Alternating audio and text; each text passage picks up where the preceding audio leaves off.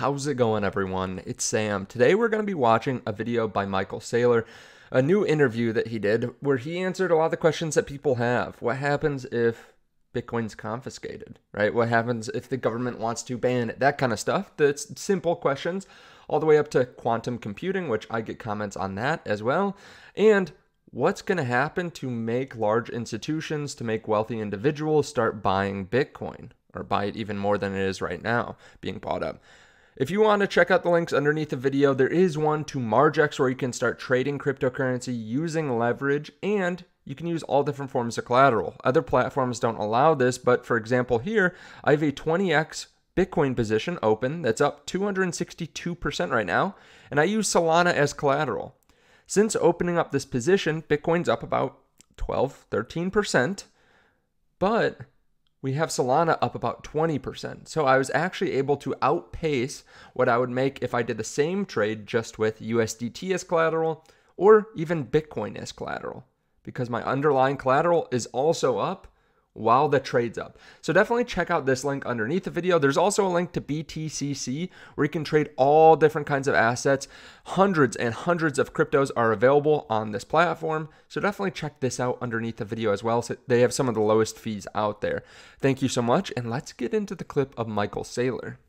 MicroStrategy Executive Chairman and self-described Bitcoin maximalist Michael Saylor explains what it may take for more companies and governments to follow his Bitcoin adoption playbook.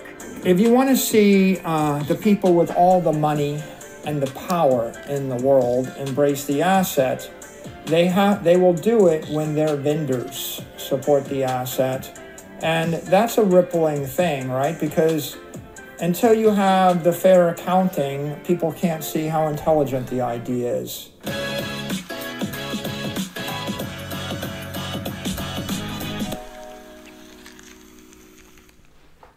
I want to talk about the Bitcoin revolution.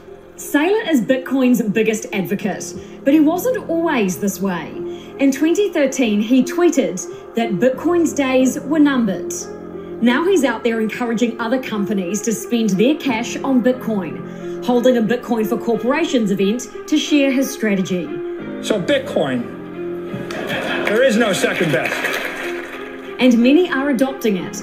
This year, Bitcoin's total market surpassed $1 trillion as institutions drove an inflection point. It's a coming out party for Bitcoin, I think. BlackRock, VanEck, and other firms launched Bitcoin exchange-traded funds in January this year, giving investors a means to get exposure to Bitcoin's price through the stock market. You do not sell your Bitcoin. So what does Saylor think is Bitcoin's next big moment? You are the biggest Bitcoin bull, I think, in the world easily right now, but you are a bull among a lot of bears out there still. It even took you, what, 7 to 8 years to sort of convince yourself that Bitcoin was something that, you should convert your own balance sheet to, and obviously now you're doing it. But how do you convince others, the big tech players out there, the giants, Meta, Google, Microsoft? How do you get them to flip like Larry? I think you have to make it easy, and you have to give people gateway products that they can use. You have to give them Bitcoin with guardrails. You have to give them domestic Bitcoin, not wild Bitcoin. What is that? What's domestic Bitcoin versus wild Bitcoin? Is that like IBIT versus on market and cold storage? Raw Bitcoin is you buy Bitcoin, and you self-custody it, and the next is you buy Bitcoin with a custodian. But more domesticated, a simple domesticated Bitcoin is IBIT and FBTC. I buy it through BlackRock, right? And that's a lot easier to handle. We're back to $900 trillion of capital. Real estate investors, they want to buy something that looks like real estate, right? And bond investors want to buy something that looks like a bond. And preferred stock wants to buy something that looks like preferred stock. And some people want half the upside as a capital gain, but they don't want the downside. So they got to buy something like a convert. And options traders, they want to trade options. So when Bitcoin first came out, there were none of these things. And then for a while, there was an entire crypto economy that was created offshore. too much colorful drama and anxiety, like the FTXs of the world, etc. Well, those are unregulated crypto exchanges, and conventional, traditional, regulated investors can't trade in that. And it's probably good they didn't, right? Because most of them failed.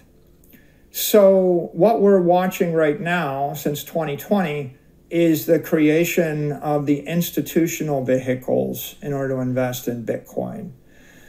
And, I've got this saying, I say, everybody's against Bitcoin before they're for it, right?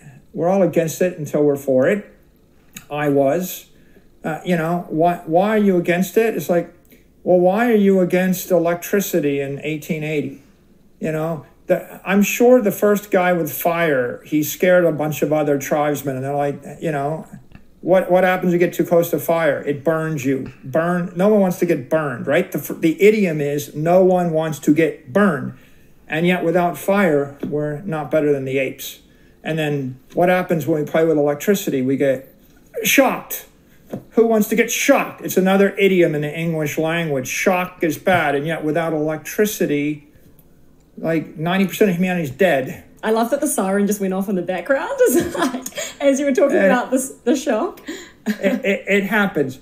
And so new technologies are scary, right? People thought that if you got in an automobile and went more than 10 miles an hour, it would suck the oxygen out of the cabin and you would suffocate. Can't be better than a horse, right? Yeah.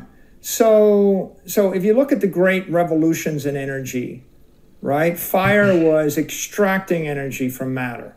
Water was extracting energy from gravity, right? That's the big idea. There's gravity, there's energy in this field. If I put water there in a water clock and it comes down here, I can turn a wheel with it, right? Big idea. And then wind, extracting energy from the atmosphere.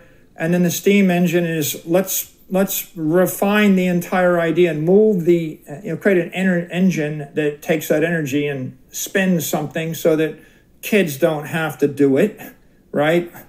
The steam engine eliminates slavery. It's a pretty good idea, right? And then after that, gasoline and internal combustion engines, and then, what follows next, nuclear reactors and electricity. And each of these energy revolutions, it was a shocking, scary paradigm shift. And for 30 years, people rejected it, and they had good reason, because their city burned down and their house burned down and they got electrocuted and my airplane fell out of the sky, right? It's like and if you study James Watt, he spent his entire life trying to make the steam engine work. Not easy, right? It's not easy. Bitcoin's digital energy. Satoshi figured out a way to both transfer and store, to basically store and channel energy through cyberspace without an intermediary. That's a profound breakthrough, because that means I can put $1 billion in cyberspace. I can move it 60 times a second. I can hold it for 1 million years. And I'm not facing counterparty risk to a bank, a country, a currency, a corporation, right? A culture, a commodity manufacturer. And so that's a profound idea. We're 15 years into the innovation. We're only 4 years into the crazy years. And really, January 2024 was really the beginning of this era. Maybe this is year 0 of institutional adoption. When we have regulatory acceptance, bank acceptance, and accounting acceptance of Bitcoin, those 3 planks, that's year 1 of adoption. And when do you have that? Well, you kind of got 75% regulatory acceptance since we got these ETFs. Not all, most. When we have IBIT trading on the options market, that's a big step forward. And when you can do in-kind create and redemptions of the ETFs, you've got full regulatory acceptance of the asset. Then January 2025, fair value accounting becomes the norm. And now you've got accounting acceptance. And now you can mark up and mark down the asset just like Apple stock or just like other assets. And then when you have too big to fail banks, when you have the BNY Mellons of the world or the JP Morgans of the world, the State Streets of the world, they custody the Bitcoin, or they buy and they sell and they hold the Bitcoin. You'll have banking acceptance. And what are banks? Banks are just institutions that are engineered to be custodians of financial assets. So, of course, the greatest custodians of assets in the world need to custody this asset. So we're right in the middle of that. And I think maybe 2025, you can call it year one of the institutional era of digital capital, that thing which is Bitcoin. I want to come to the banks because I'm very keen to talk to you about how you see banks as being key to unlocking that next phase. But just on this corporatization and even perhaps government adoption, what do you think is the fear other than just volatility? I mean, is it fear of completely disrupting economic theory and monetary policy as we know it? Is that the fear that these corporates and that governments hold? So I think the issue is not really with the asset class. I think any conservative or any traditional investor, if you're a high net worth individual, a family office, if you're a successful corporation, if you're an agency, a government, or any political entity, and I introduce new technology, you know, like say I come to the government, I say, I got this electricity thing, and you don't have any electricity in your building.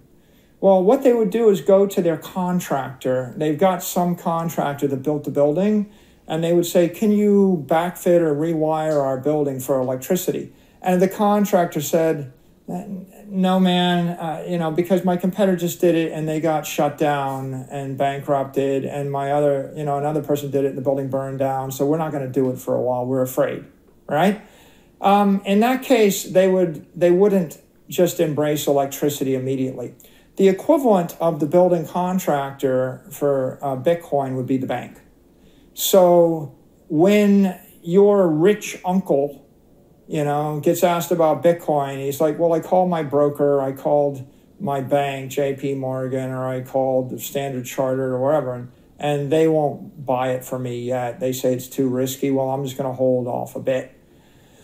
So if you want to see the people with all the money and the power in the world embrace the asset, they will do it when their vendors support the asset. And that's a rippling thing, right? Because until you have the fair accounting, people can't see how intelligent the idea is. The difference between fair accounting and indefinite intangible accounting for a big company is under fair accounting, you would know within 5 seconds whether you had a good quarter. Oh, we made like $10 a share. Under indefinite intangible accounting, you would have to read 250 pages of documents and create your own proprietary models and spend somewhere between 1 and 10 hours to figure out how you feel about the quarter. And so even then it wouldn't be that succinct, would it? It wouldn't necessarily give you like a figure. You know, the 70-year-old billionaire isn't going to take 10 hours. They can't even read the document, right? And so you could get all intellectual about this and say, oh, they've thought about it and they don't like this and this and this. That's not the case. It's if I call my broker and say, buy $10 million of this, and they say, you sure, boss, click, and it's done, then you start to see adoption. And when the company that adopted it announces they just made twice as much in their earnings for the quarter as they used to because of it, it's like, well, then buy more of that stock.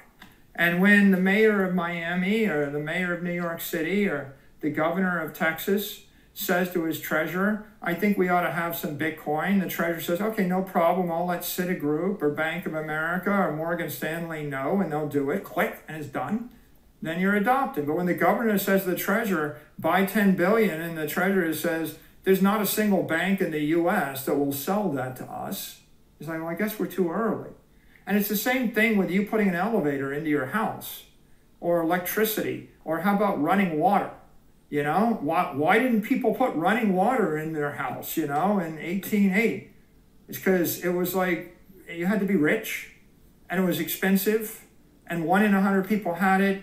And the guy that's building your house didn't know how to do it. He'd never done it before, you know, and so these things get embraced. as everybody in the society gets comfortable with the new technology, and generally it's like a 30-year generational shift, you know. In year one, no one's doing it. You see those pictures of New York City in 1905, no cars. 1915, everybody's got a car. You know, it's like, well, what did it take? You know, it took this exponential set of processes and support for this to happen. And the same is going on with Bitcoin right now.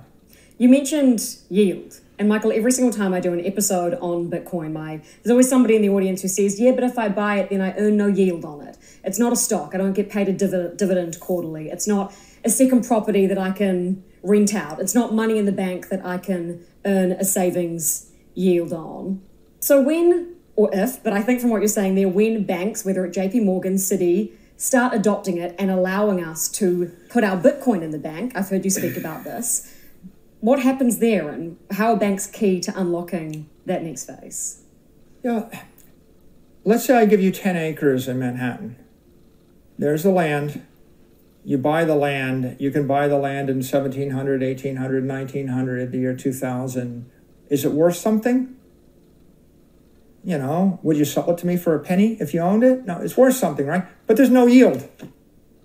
It's raw land. There's no yield. Well, give it to me for a penny. There's no...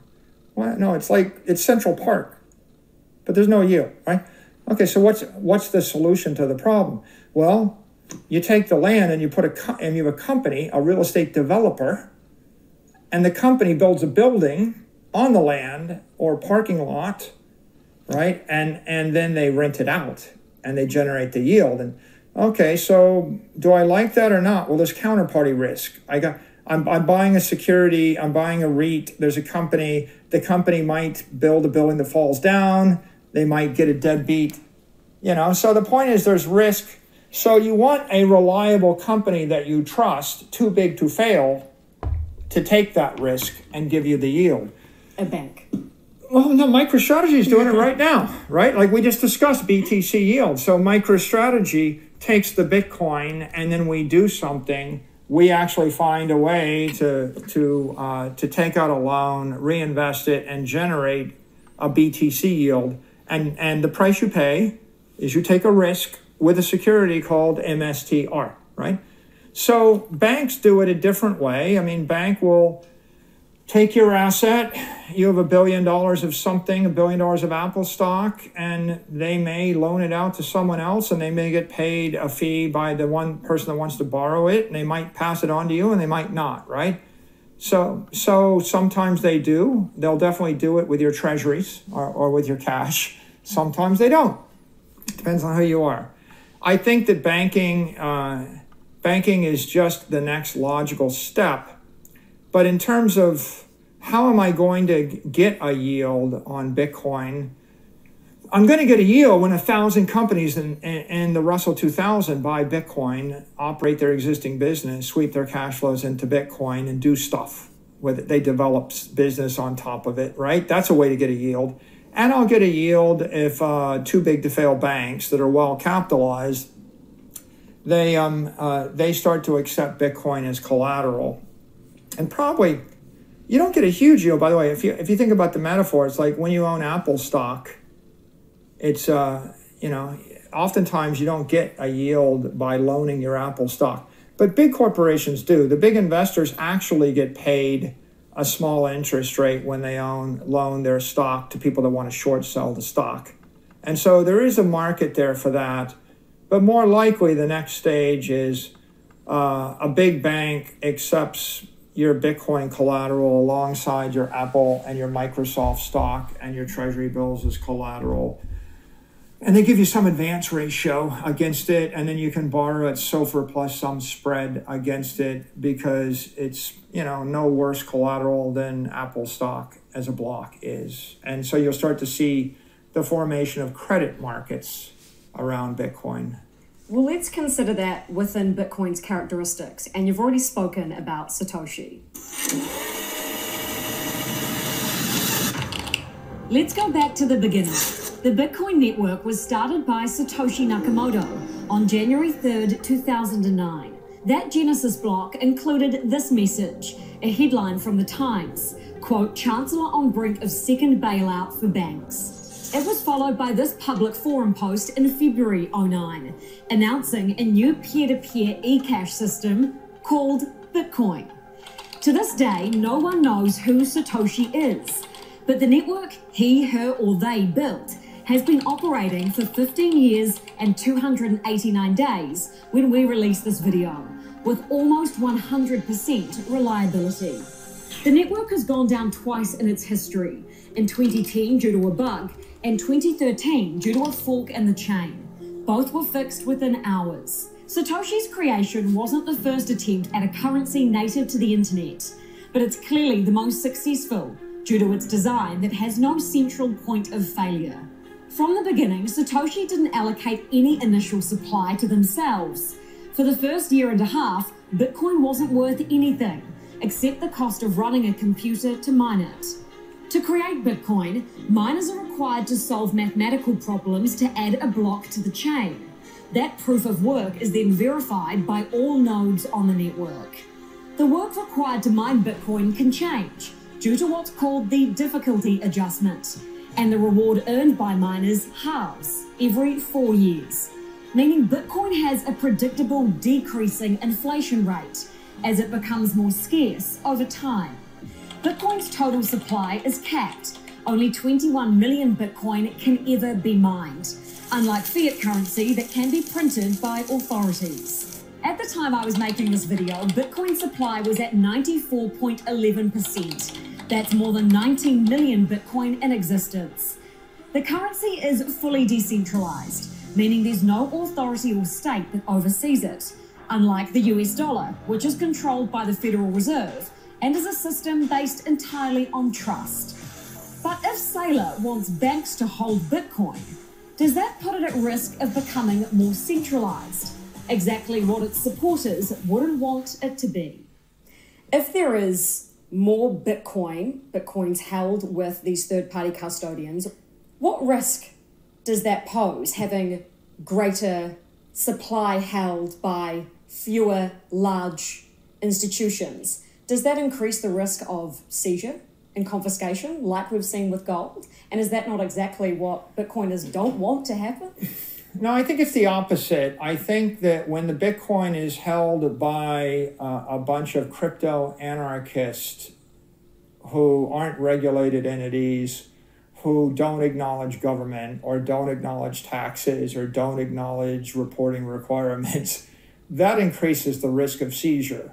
If a country in desperation, if China knew that there were underground crypto traders with billions of dollars of Bitcoin in their midst that didn't pay taxes, the Chinese would probably try to shut that down, and that's what they do. So normally the risk is greater when they're unregulated private entities that are perceived to be holding the asset. When you have regulated public entities like BlackRock and Fidelity and JP Morgan and State Street Bank holding the asset, well, all the lawmakers and all the law enforcement arms, they're invested in those entities, right? So there's no way that all the senators and all the congressmen are going to seize the assets from Fidelity and BlackRock or Vanguard, because that's where all their retirement money is invested. So the asset moving from private to public hands and moving into regulated entities, it does a bunch of things. It decreases the volatility. It decreases the risk of loss.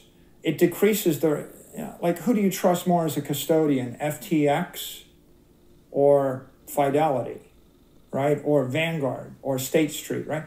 And if you walk down the street and you said, would you put all your family's money in an offshore entity without a headquarters run by 5 dudes without an auditor? Or would you put it with a bank that's too big to fail in the US? Right? Like, at the end of the day, you have an OG crypto community that's very hardcore about it, but if you look at where all the money is, 99.9% of the money is actually in the traditional economy. And in the war for the future of money, the war is going to be won with money, right? I mean, right? At the end of the day, Bitcoin is capital. Who's going to actually decide who's the winner or the loser? The people with the capital. And so where's the capital? It's a Vanguard, Fidelity, State Street, JP Morgan, Morgan Stanley. They're all regulated entities of sorts. So when Bitcoin is held by those entities, it becomes regular and normal. And, you know, people would no more think about seizing that than they think about seizing a building in the middle of Manhattan or seizing, the S&P Spider assets. Why would you do that? That's just the capital that you built the country on. Well, if you ask why would you do that, if you consider the Great Depression, I mean, people thought that their gold was safe in banks until the Executive Order of 1933. So we're not entirely safe. I mean, I know that's kind of a wild thing to suggest may happen again, but history does repeat itself. So people's Bitcoin wouldn't be entirely safe. It's people say that, but mostly it's paranoid crypto anarchists that say that. Okay? Because it's a myth and a trope that goes on over and over again. But first of all, he didn't really seize the gold. People voluntarily turned in the gold. They didn't go and kick in everybody's door, arrest them, shoot them, and take their gold. That never happened. First of all. He asked for it. Second of all, he didn't seize all the property. He didn't go seize all the buildings owned by wealthy people in New York. He didn't seize all the stock portfolios of wealthy people in New York, right? Gold was the monetary asset backing the dollar. The dollar was literally $20, to the ounce of gold, right? And so the problem was the country was on the gold standard. And Franklin Delano Roosevelt wanted to devalue the dollar. He wanted to devalue the currency. He wanted to print more dollars. And so they had to actually do something so they could devalue the dollar. And the way they did it was put that executive order in place, and then they revalued the dollar to $34 per ounce, a devaluation. And now you have to ask yourself the question, is the United States on the Bitcoin standard? Maybe we will be soon. But the point really is we're not. Right? It's totally not a reasonable comparison. Franklin Delano Roosevelt didn't seize every car and every watch and every piece of real estate and every piece of equity in the United States because we weren't on the equity standard or the property standard or the chicken in every pot standard or the grassy lawn standard or the lawnmower standard. We were on the gold standard, and he wanted to devalue on the gold standard. And so today, we're not on the gold standard. We're not on the Bitcoin standard. The U.S. government has no problem printing money. They can print as much as they want. And in fact, every government on earth, all of them, they're either on their own standard or they're on the dollar standard.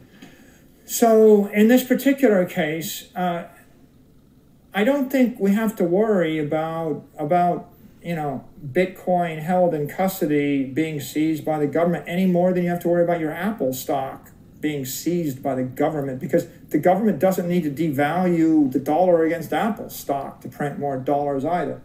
So it's not really an issue. It's oftentimes, people have these inflammatory, tropes or inflammatory memes that they use. And it's like, I say that because I want you to give me your money. Okay? Like, if you don't trust the bank, then you'll buy my hardware wallet. If you don't trust this government, you'll move to my country and you'll buy a passport from me.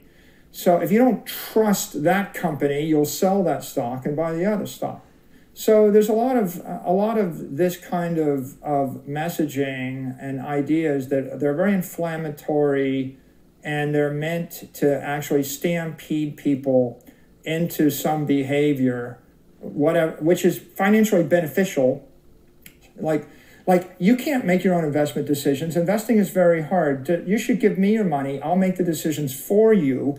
I'm going to charge you 2% fee and 20% of the upside. It's like, well, what should I do about hyperinflation? Well, you need to invest in a diversified portfolio of global alternative assets across 152 different asset classes and revalue every quarter. Oh, I can't do that. Okay, that's okay. Give me your money, girlie. I'll do it for you, right? That's the kind of fear-mongering to get you to give me your money, right? And I use it to sell you a gun, to sell you a hardware wallet, to sell you an account, to sell you a financial advisor, to sell you an insurance policy, to sell you a, fill in the blank, right? Whatever it might be. And ultimately, I think that there's just a lot of fear that's unnecessary. The bigger idea is Bitcoin is digital capital. It's 1,000,000 times smarter, 1,000,000 times faster, 1,000,000 times stronger, 1,000,000 times more elegant than analog capital, physical capital, and financial capital. And it's simply a technology transformation. It's like, don't take 10,000 records and haul them around with you and 10,000 books whenever you travel. Take the iPad with 10,000 books on it and take the iPhone with 10 million songs on it when you travel, right? It's like blah, blah, blah, but the phone will eat me and it's listening to me and it will steal my identity and kill me. It's like, it's just a computer with some digital files on it, right? And so that's the digital transformation of capital, and that's what Bitcoin represents. So on digital money then, tell me if this is a legitimate fear or not. Quantum computing. It apparently is going to have the ability to solve multiple, more complex mathematical equations all at once. Does that pose a legitimate risk to the Bitcoin network? Or are you confident that developers will come up with some kind of quantum resistance? No, it's just another fear-mongering end-of-the-world scam narrative that people use to sell stuff. In this case, quantum computing, the fear is used to sell the next altcoin. I have a quantum-resistant token, and quantum computing is going to destroy your token, so give me your $1 billion and give it to me and make me rich because maybe an asteroid will hit the Earth. I have an asteroid bunker. Give me your $1 billion and I will give you my asteroid bunker. You're going to die of pneumonia. Give me your money and I'm going to give you a vaccine, right? You're going to, it's just fear-mongering. Quantum computing is if you take the general theme, it's like, computers are going to get better over time. And as they get better, maybe they'll get really good and they'll be able to hack systems. And what's your response? Well, I guess I shouldn't invest in Apple or Google or Facebook, or I shouldn't have money in a bank, and I shouldn't use a computer because computers might get hacked. Huh? So give up everything in your life that has a computer in it, right? Including the podcast that you're running right now. Give it all up because one day quantum computers run by Dr. Evil will hack the thing. Okay, well, the answer is it's silly. Of course computers will get better. And as the computers get better, we will adopt the better computers to defend the network. The Bitcoin network used to generate hashes 1,000 joules per terahash. It took 1,000 joules to generate a terahash. And then it was 500. And then it was 100. And then it was 50. And then it was 30. And then it was 15. And the next will be 5. And then it'll be 1. And it doesn't take a rocket scientist to figure out that computers get better. Semiconductors get better. The network gets more secure. It's like, but what if someone invents something that's better than the better thing? Well, we spend $10 billion a year to keep upgrading our thing, and you think that Dr. Evil, like mini-me in the basement with no money, is going to come up with the quantum computer that's going to be better than the $10 billion we spend every year for the last decade? So, yeah, if a teenage kid with $50 and a rubber band comes up with something better than $100 billion of semiconductor investment, then in theory they could hack our network. But why wouldn't you just hack X and declare nuclear war on someone and short the market and make $10 billion by hacking the president's account? That would be illegal, but... Well, the point is, it's all illegal. But my point is, it's 1 billion times easier to just hack the bank or hack the communication network and make money than it is to hack Bitcoin. Bitcoin is the most cyber-resistant, the most powerful digital network on Earth. It's the hardest thing to hack. So when someone pitches quantum computing, it's a degenerate 20-something crypto trader that wants you to buy his yo-yo quantum coin and make him rich because he's got a yo-yo quantum algorithm. And I just shake my head because I think, who could be so stupid to fall for this kind of alarmism? It's ridiculous and a waste of time. But having said it all, the generic statesman-like answer is technology will advance. Bitcoin is the best, most profitable use of computer power in order to protect money. If technology advances, you got to believe that the people most incentivized to use the technology will be the one with the trillions of dollars of money to protect. It will go there first. All those advances will be first implemented into the Bitcoin network to defend the network. They won't be used by teenage boys to attack the network. By the way, teenage boys would rather hack Twitter. It'd be cool. We're just going to go, but it's been done. It's been done again. It's very simple to do. It's 1 billion times easier to do to hack these communication networks. And so that's where your threat will come. To sum this all up, and I would love you to give, a non-statesman-like answer to this one, Michael, but can you give us your Bitcoin superiority complex about the asset? And can you weave in some of what you spoke about earlier about governments printing money? And if you consider the economic cycle that we've been through over the past 4 years while you've been accumulating Bitcoin like crazy, how has that, in your mind, increased its superiority? So, a short summary, why is Bitcoin better? First of all, if I had 100 rich families and they lived all over the world, and they didn't trust the government, and they didn't trust a bank, and they didn't trust a corporation, and they had a lot of money, and they wanted to keep their money for 1,000 years. If God came down from heaven above and said, hey, I'll run the God Bank, issue 21 million God coin, and I will make sure that no one can steal your God coins. You can buy in however you want, and you can trade telepathically with each other, and I'll do this for free. They'd probably accept that, right? The history of the human race is people looking to heaven to solve their problems in every religion. Okay. In the absence of God coin and God coming down to do this, the next best thing would be an intelligent engineer that creates a crypto network that combines semiconductor technology, public-private key encryption, and the internet, TCP/IP, okay? That's a crypto coin. So now we create a crypto coin, and the question is, who's going to run the software? Because nobody trusts anybody, and maybe I trust you and you trust me, but I don't trust your idiot great-grandson. You don't even had him yet. I mean, how could we trust your great-great-grandchild? Okay, so we're all going to run the software, and we're going to run it on thousands and hundreds of thousands of nodes, and anybody whose software cheats gets kicked off the network. Okay, that's the idea of Bitcoin. It's basically a crypto asset network. Now the question is, okay, I figured that out. Now what kind of monetary policy I want? I want 21 million hard cap forever, never can make any more. I want a scarcity. I don't want nobody can make any more. Okay, that's good. Now the question is, okay, I did that. Now which network is going to win? So we launched Bitcoin as the 40th try, and the first one with the right monetary policy, the right cryptography, and an equitable launch. Satoshi launches it, walks away forever, disclaims beneficial ownership. It's an immaculate conception. Okay, what if somebody else launched another crypto network with an immaculate conception? There's been 5 million cryptos launched.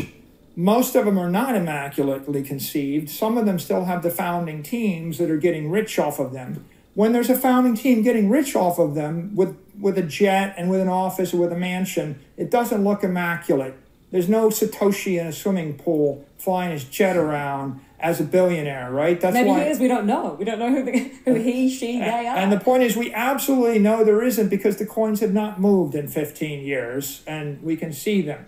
So now the question is, you got all these smart families, and they're staring at the crypto gold network, if you will, or gold's not even a good example, just the crypto bank. And the question is, which network is the best one? Well, we sort through it, and we try Bitcoin, and it kind of works for a while, and then we trust it, and more money gets onto it. And for a while we're not sure, and then 2020, some crazy entrepreneur buys $250 million of it for a public company. And that's the first time in, 10 years anybody ever bought $250 million on that network. And people are like, oh my God, yeah, And then that same person buys another $9.7 billion of it. And so he must be crazy, my God. Okay, so in that time where there's one company, MicroStrategy, buying $10 billion of that asset, not a single person ever publicly spent $250 million on any other crypto asset, ever.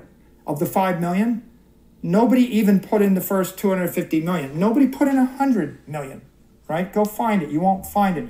So now you have an interesting issue, which is, why is Bitcoin the winner? It's because all the smart money in the world decided that's the winner. Did it have to be? Well, no, it's like, why do we speak English? Because all the rich, powerful people decided on English. Could it have been a different language? It could have been French. Napoleon wanted it to be French, but it wasn't French. It was English. Why do we use base 10 math? Because all of the rich, powerful engineering companies use it. Is it the only form of math? No. There's base 2, base 8, base 16, right? Same with measurement standards. Why? You know, we have the big joke about the metric system, right? We're still trying to work through that protocol. So Bitcoin is the protocol that the rich, powerful, smart people chose. Okay, so you can fork it and create your own, and you will have to find stupid, poor people to buy yours. But why would I actually want to put all my money in the network with the stupid, poor people when I've already got the network with the smart, rich people, right? And the result of that is Bitcoin is the most powerful crypto network in the world, and you can measure it by computer power, 700 exahash. That's $40 billion of special purpose semiconductors that generate more hashes than all the computer power of Microsoft, all the computer power of Amazon, all the computer power of Meta. If they all ganged up on it, they still can't get to 700 exahash. It's the most powerful computer network. Then it has 18 gigawatts. 18 gigawatts of electric power. That's the most powerful, electrically powerful network. 18 gigawatts is more power than the U.S. Navy uses to run all the aircraft carriers and the destroyers and the battleships. Wow. We conquered the world with less than 18 gigawatts of power. It's 18 full-on nuclear reactors running full-on, right? Spread everywhere in the world. Okay, how does that compare to the second best? The second best has like 0.1% that much power. How about the hash rate? 1%, maybe. And then $800 billion of actual capital. MicroStrategy spent $10 billion to get 1.2%. Work it out in your head. Look at the 4-year simple moving average of Bitcoin, multiply it by the number of Bitcoin. Look at the trading volume. Look at real people, thousands of institutional investors with real money at risk. The Bitcoin miners, the BlackRocks, etc. Right? Like 70 billion, $60 billion put into just the ETFs alone. Real money, right? 800 billion in capital has backed the network. So what's the second best? The second best doesn't even have 8. Like 99% of the real money went into the Bitcoin network. Everything else you read about in crypto, right? All the other crypto assets that might be a store of value. I'm not counting the stable coins because they're just dollar pegged. Mm-hmm. But everything else probably doesn't even have 8 billion. It might have a few $1 billion, right? So it's like 99% to 99.9% dominant. And then you go to the political power. Well, there's 420 million crypto people that love crypto, but what's the reserve asset of crypto? It's Bitcoin. 420 million voters, and then 200 million people that hold an instrument backed by Bitcoin. So what's the source of the network? Political power, electrical power, digital, computer power, economic power, right? That's the source of power of the network. And it's like, well, why should I buy that? Well, once you understand that it's the dominant crypto network, now the issue is, well, why should I buy Bitcoin instead of gold? Well, the gold supply is going to double every 30 years. And you can't teleport gold 60 times a second. And the AI is not going to want the gold, right? And you can't put gold on your iPhone, right? Gold's not digital. If you have $100 million and you put it into gold and you wait 100 years, you'll have $12 million worth of gold. That's why you don't want gold. If you have $100 million of Bitcoin and you hold it 100 years, you'll still have the $100 million worth of Bitcoin, right? So gold is gold is the best of the commodities, but it's awful because it's got a 2% inflation rate. What's the difference between 2% inflation rate and 0% inflation rate? It's the difference between living 30 years and living forever. Like, one is mortal, okay? Here's your choice. Take the orange pill, you live forever. Take the gold pill, you live, you're half dead in 30 years, you're half dead, you're going to live 75, 80 and you're dead, right? This is a mortal life, this is immortal life. That's different between 0 and 2%. Gold is the greatest of the commodities. Every other commodity inflates at 10% a year, 20% a year, 50% a year. They're awful. Commodities are awful stores of value. But what are they good at? Here's what they're good at. Commodities are ethically sound. Okay? That means they're an asset without an issuer. You can promote gold or a chicken in every pot or land or silver, or you can promote soybeans, or you can tell people to keep kerosene behind their house. Those are commodities. You cannot promote a security. A security is an asset with an issuer. If a senator says, God bless Apple, she's promoting a security. If a senator says, God bless Bitcoin, they're promoting a commodity. It's like promoting bluegrass music. It's like promoting fasting. It's simply a cultural or a technical idea. So what do you want as your long-term store of value? You want something economically sound. That means absolutely zero inflation rate forever, and nobody can screw with that. You want something ethically sound. That means an asset without an issuer, where the inventor, Prometheus, disappeared. You own fire, electricity, you can use it. The English language, you can use it. Math, you can use it. Bitcoin, you can use it. There's no company with copyright that charges you a royalty, right? It needs to be ethically sound, needs to be a commodity, right? And finally, it needs to be technically sound, good engineering. And so, a building is sort of economically sound, not as good as Bitcoin because you've got property taxes and entropy, and earthquakes happen. And a share of Magnificent Seven, it's kind of economically sound, but it's a security. And if the Chinese decide to seize Apple's assets, or if the U.S. seizes a Chinese company's assets, you've got all sorts of political risk. But Bitcoin is both the economically sound asset and it's the ethically sound asset, but it's a big tech digital network. It means that I can move $100 billion a million times a second.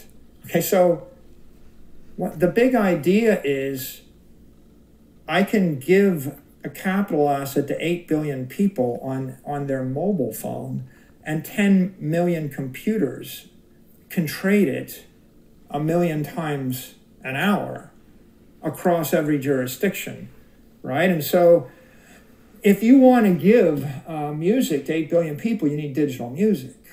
You can't do it with records and 8-track tapes. And if you want to give digital communications, right? You want to give education to 8 billion people, you need digital education. You need to give them lectures for free for the cost of electrons. And if you want to give wealth to 8 billion people, you need digital capital. You need to put your wealth on your iPhone, and you need to know that it will last forever. And I just ask anybody, I ask you, what do you own in your life that you think your family will still have intact that will be valuable 300 years from now? Right? What would that be, right? Because there's no conventional thing, there's no company that's going to last 300 years, right? They might not live in New Zealand 300 years from now. I could give you 10,000 acres in Auckland, and the issue is, so can you take it with you when the government changes and they decide to seize the assets of people with blue eyes? Right? Because it happens. If you look at the history of the 20th century, and you're like, what country didn't seize the assets of somebody over 100 years, right? It's like you had one country, the United States, that won every war, and yet that country's currency lost 99.9% of its value against scarce assets. That's the winner. Right? The winner gives you 0.1% of your wealth. All, the rest is all just anxiety-inducing counterparty risk. Well, I'll tell you what does live on is a legacy. And you mentioned mortality, but sadly, neither you nor I are going to live forever. It's a bit of a personal question, and a cynic may say that you do this because you have something to financially gain. But I feel like after this conversation, the effort that you put in, the generosity with your time, why do you bother educating everyone on this and talking about Bitcoin? Even if you take a guy like Jack Dorsey and you ask him about Bitcoin, you say, I didn't do it for the money, I did it to fix the money. The legacy is the English language, electricity, fire, fission, fusion, engineering, right? Telecommunications, right? Mathematics, all of these things are, and what's the legacy here? It's a monetary protocol which is true, right? The history of the human race, if you look at it, it's fraught with people dying from dirty water, dirty air, dirty clothes, dirty environments, dirty everything, right? It's like dirty blood, and, overcoming that with electricity and clean water, right? Just the joke is like a poor person sits down at a table and they put a glass of tap water in front of them, and that's what you drink if you have no money.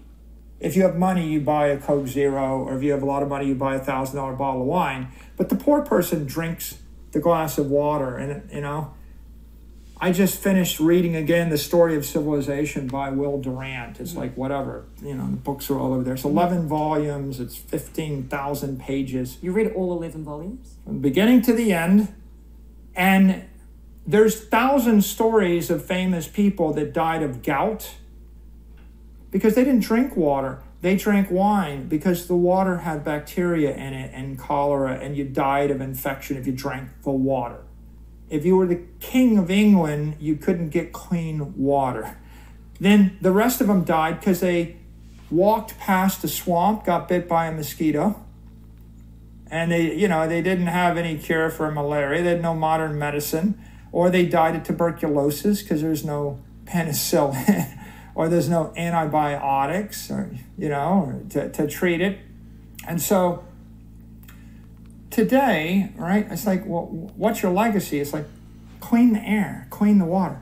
What kills the patient? It's dirty food, dirty water, dirty air, right? How do we kill George Washington? We bled him to death.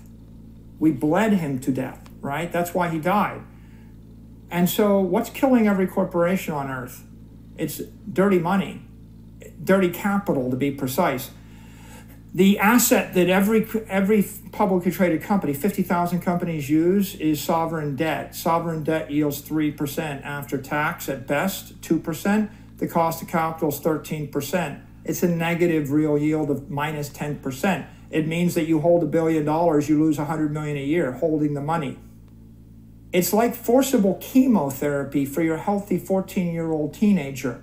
Or it's like strapping the 12-year-old kid down and taking 2 pints of their blood every day and sending them off to track practice. It's a very morbid metaphor, but I'm picking up what you're putting down. The point is, it's medieval, but at the end of the day, that's the scourge, the burden of humanity that they've been hauling for thousands of years. And so when you ask, what is human progress? What elevated the civilization?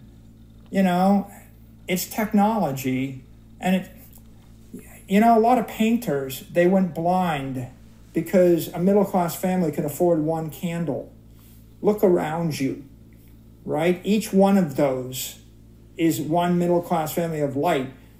Clean light, clean water, heat, air conditioning, electricity, energy, clean blood, antibiotics, right? A language you can speak, right? All of these things define modernity.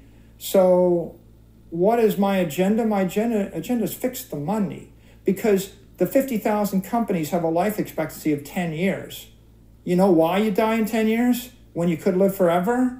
It's because you have toxic chemicals in your vein. Right? I can kill a healthy person if I inject poison into their vein. I can kill a healthy person by sucking the blood out of their body. If the money's broken, all 8 billion people, right, have toxic capital. All 300 million companies have toxic capital. Every institution, every nonprofit, every government, every city, every state, every idea, everything you wish to accomplish, you need in part economic energy. You need energy to accomplish it. What is electricity? It's clean, silent energy. It's clean, silent energy. Take away the electricity. Look at everything around you. We're in the dark. This podcast is not happening. Clean, silent energy catapult. It created cities. It created Manhattan. It created the modern world. What is Bitcoin? It's clean, silent, programmable, immortal money, right? What's it worth? It's worth half of everything. It's not worth the other half. It won't fly you, and it won't cure your cancer, and it won't make you happy, and it won't solve your mental issue, and it won't make your children love you. It's not all that. And it won't stop a bullet, right? The world's full of stuff, right? Materials and vehicles and technologies and medicines that do things. What is it? It's economic energy. It's the other half, right? It'll solve half the world's problem. I give you energy I give you a battery that doesn't lose its power. You know, that'd be nice because one of our camera batteries stopped halfway. I wear this watch. I don't have to take it off. You get an Apple Watch, you got to recharge it every night. What about a battery that lasts forever? Right? I mean, that's the promise of nuclear fusion. Give me a power source I can put in my pocket that will last forever. Now imagine how much better the world is. Bitcoin is digital energy. If you want your company, your family, your endowment to last forever, you have to capitalize it with an asset which doesn't degrade at the rate of the rate of the dollar is 7% a year for 100 years. When you lose 7% of your energy for 100 years, you lose 99.9% of whatever you are over 100 years. And the only alternative is you got to be an investor. So now you juggle razor blades. It's like, oh, I got to go like build something, a warehouse, and it'll last for 32 years and find a tenant who's not going to pay the rent. And then I get taxed on it. And then I got to go and talk to the politician who created the tax, and I got to run for office. And like your world becomes just one of misery because you're attempting to not lose your economic energy. So, I see Bitcoin as a profound step forward for the human race because for the first time, economics, crosses from being an art to being a science.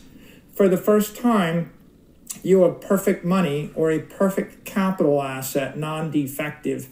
Once you understand, see the steel behind you? I have steel vaults. Run into it. I saw that. Okay, they weigh 2 tons. I feel like I'm in a gold vault or something, like a vault in a bank. I happen to like metal. What is it? It's material energy. You ever seen a steel refinery? You put a lot of energy in the front, a lot of energy, and out comes steel. And what's the significance? It'll stop a bullet. What else will it do? You can create a skyscraper with it. If you build a 100-story building with steel, it will withstand a storm. It will withstand gravity. You can stand on the 99th floor. The floor will not crash. You will not die. We can build a civilization based on it. What did we do? We built a civilization on steel. The highest form of material energy the human race could channel.